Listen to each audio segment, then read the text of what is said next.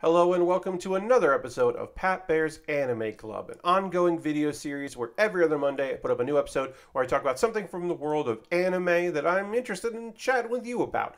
Maybe it's a deep dive in a subgenre or a recommendation of something that's out right now or coming out, or an exploration of a term or a phrase. Last week we dived into Pat Baer's Manga Club. That was the last episode we did. And I wanted to talk about V-Scrolls, which if you haven't watched the video, you can find a link in the show description below. Just talking about vertical scrolling comics and how they're making a splash in manga. The idea is that you just have your phone and you can just kind of scroll through with your thumb instead of having to slide back and forth like with traditional manga, and how that is inspired by manhwa, the South Korean style of comics, specifically webtoons. And that got me thinking. I've always threatened to talk about manhwa on these videos, but I never have until now. It's Pat Baer's Manhwa Club. That's right. I'm going to be talking about recommendations of some of my favorite manhwa. Now we'll just dive back in here a little bit. This is not a good. This is not going to be a good video. Now, this is not going to be a deep dive exploration of the history of South Korean comics, manhwa, and what it means. Again, I will just say, they just call them comics. They're just comics that South Koreans make. We call it manhwa to differentiate between manga and manhwa, Chinese comics. But it's American comics over there, like that kind of thing. You know what I mean? So I'm going to call it manhwa. It's just comics. It's just another word for comics. But let's talk about some of my favorite manhwa. And this might just be like something for you to check out, take a look. Some of them have international releases. Some of you're going to have to work a little harder to find. And we'll talk about one that's got an anime adaptation coming next year. And unlike all the others I'll be talking about here, is concluded. And you could just read the whole thing. And that is Solo Leveling. If you wanted to, you could just check out Solo Leveling, all 180 chapters, and you're like, oh my God, Pat, that's so many chapters. One, you're right. But two, you got to remember that manhwa comes out weekly, so with breaks, seasonal breaks. But it is a different cadence than a manga, which is monthly.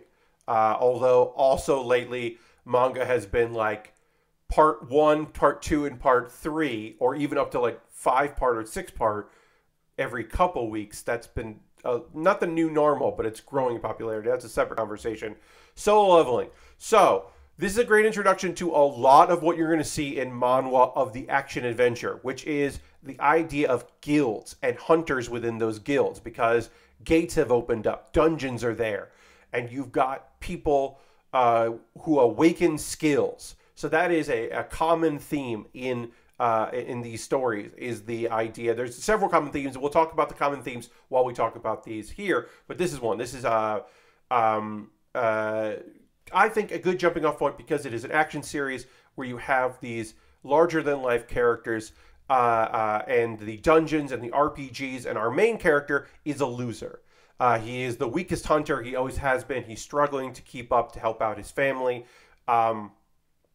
And just survive, and then an issue happens. A moment happens where things have gone terribly wrong, and now he's got a quest system, and he's awake, and he can get stronger. And there's a lot of stuff going on in the background. And there is some time regression, and there is reincarnation, and there is a bigger evil out there than the evil he thought was there. And there is a destiny that he has that he's not sure why he has it. And maybe it's to do with his father as well. A lot goes on with it. It's beautiful. I love it. There is, again, an anime adaptation coming out next year. The art is phenomenal. It is totally worth your time. I totally recommend checking it out. That is Solo Leveling, and we just started with the showstopper. Look, you could read the manhwa of something like Tower of God or Noblesse, or one of the other ones that have already had an anime adaptation, because you watch the anime and go, maybe I'll check out that. But this is the one that I'm like, look, if you want to get into a manhwa and you know it's done, so it won't be abandoned, this is the one to check out. Now, if you want to switch gears and you want to do something a little more, a little less fantastical, you don't want the fantasy, but you want something that's action oriented, then I would recommend Mercenary Enrollment. Mercenary Enrollment is a modern story. It is modern technology. It's not even future tech. But it is a great story about our main character who was in a tragic plane accident where he lost his parents and also lost his memory and was taken in to be a mercenary for hire in a group of mercenaries. And he became really fucking good at it. So much so that he was like highly feared and highly respected. And that's his life until the age of 20, when he is like, oh, I have my memories back. I know my name. And he's also been working with, so he saved the life of, as on a mission, some South Korean guys who are in the military. And they're like, you're Korean? You know your name. Let's help you. You have a grandfather, you have a sister. Let's reunite you. And also, before you go, let's try to like teach you a little bit about like, because you want to like go to school and like be a normal person, and like that's never going to be fully normal. But like we can teach you about like PC cafes, so you can like fit in, and like how to use a cell phone, so you can like talk and share, text and stuff, and like maybe you can figure out how to be normal. And that's kind of what the story is. This trained killer, who's very good at what he does, trying to fit in with his sister and what it means to be in a family, and his grandfather works really hard at an old age to kind of support them, so maybe he can help out and get a job and I guess make friends. And then also there's school troubles, because of course there are school troubles, but how does a trained killer fix school problems? I mean, he does. He's wearing a mask in this photo. You can kind of guess what he does. And then it gets wild. And maybe unrealistic, I think, is an understatement of where it goes. But it's grounded. Obviously, it's fantasy, but it's still grounded fantasy. And a great story. Ongoing. Many, many chapters for you to check out. I recommend it. I'm talking about it right now. So that's a good indication that I recommend Mercenary Enrollment.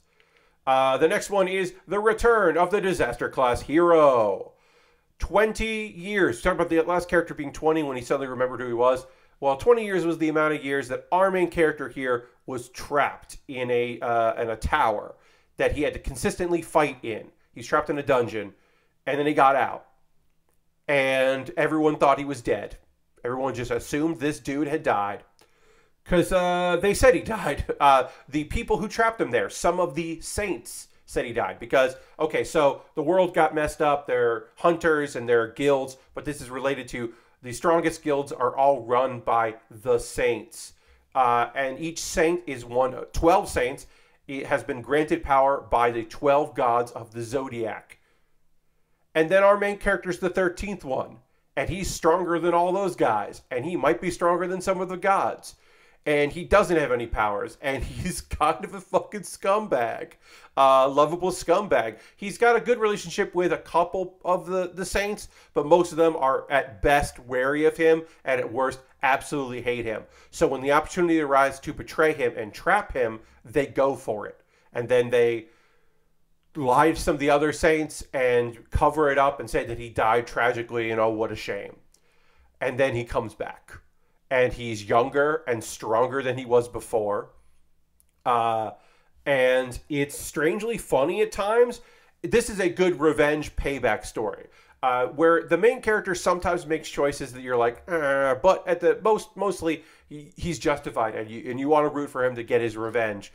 And he does care about people, and he does, he cares about the fact that, oh, my best friend, who's one of the saints, and lost a lot of his powers before what reason he couldn't help them. He's got kids. He's raising his kids. Those kids like me. They have a tough relationship with their dad. Okay, well, we're going to get into that. We'll help out. And, oh, there's some other people from my past that are happy I'm back. Okay. And there are a lot of people that are not happy I'm back. And, well, fuck them. I'm going to take care of business. And it's a good revenge story. It's on hiatus right now. I can't wait for it to come back because I think the art is not, like, amazing, but it's solid and good. And I think the story is great.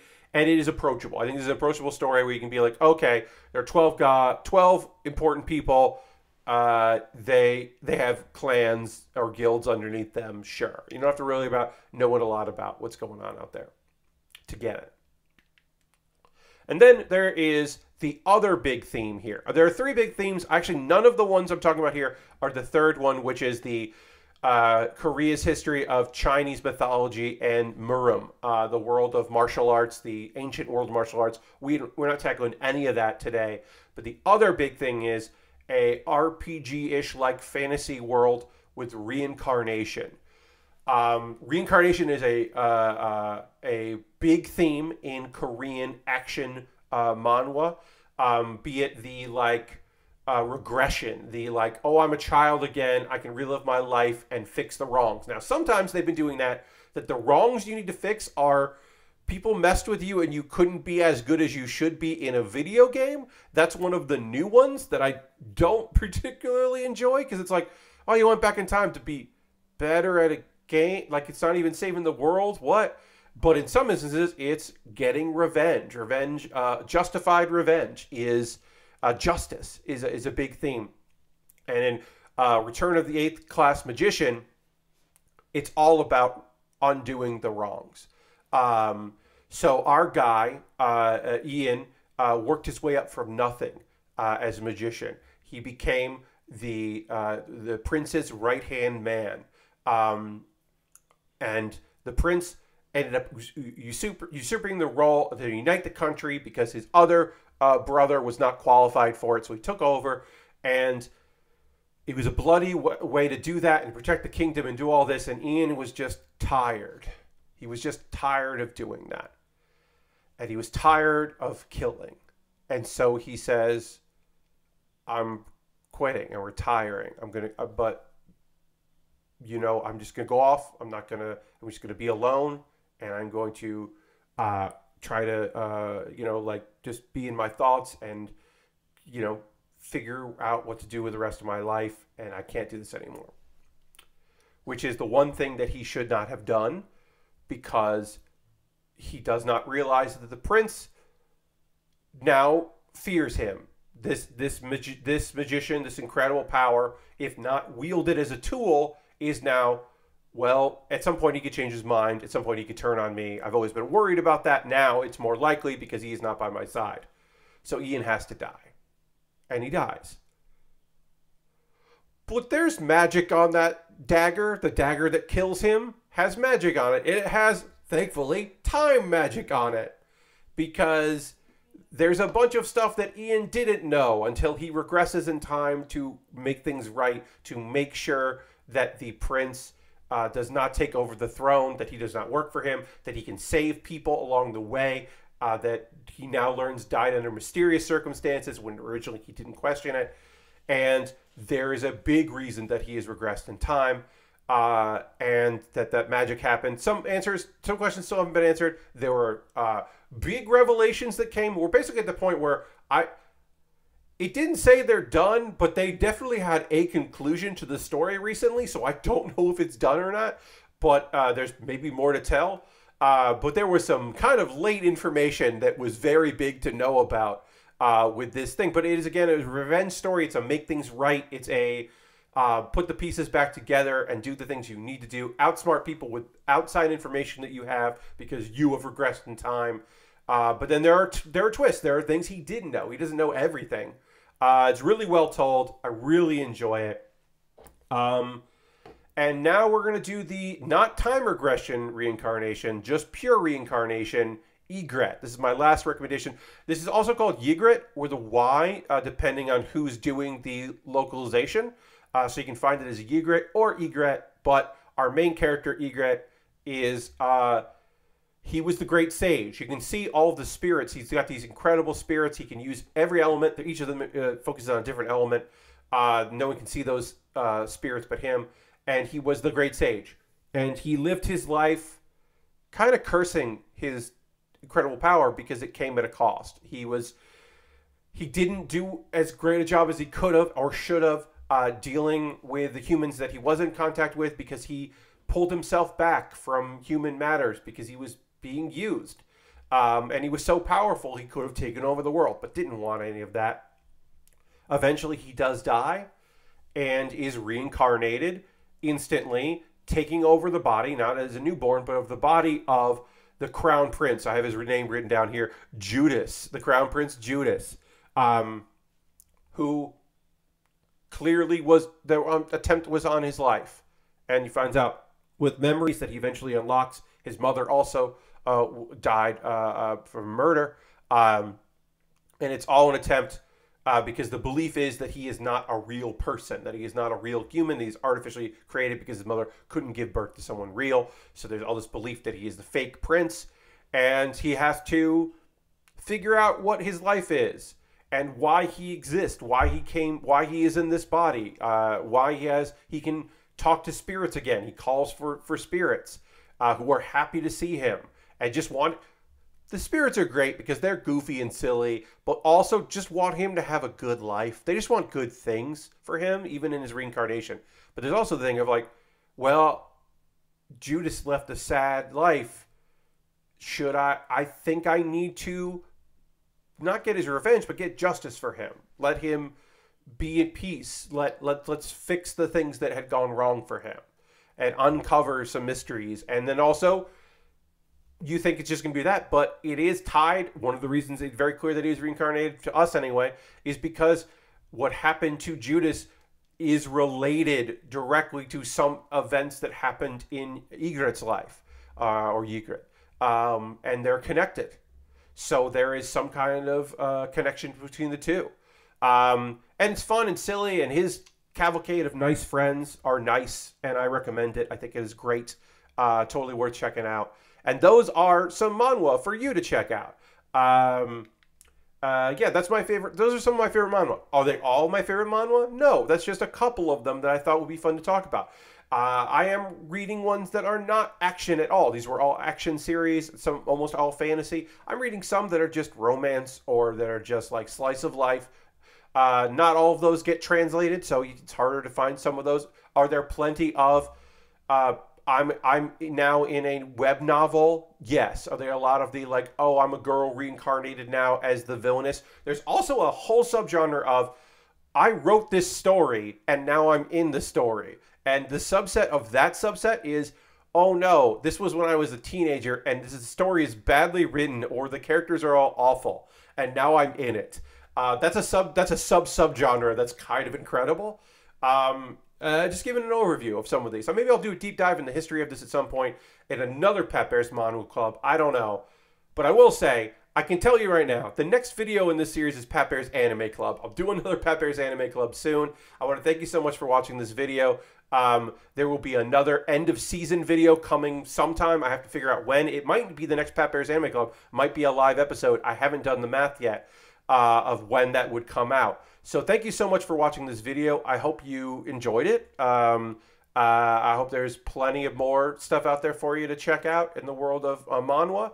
And please tell a friend. In the comments below, if you're reading any manhwa, let me know what you're reading. If you have suggestions for future Pat Baer's Anime Club videos, please let me know. And I'll see you in the next one. Goodbye.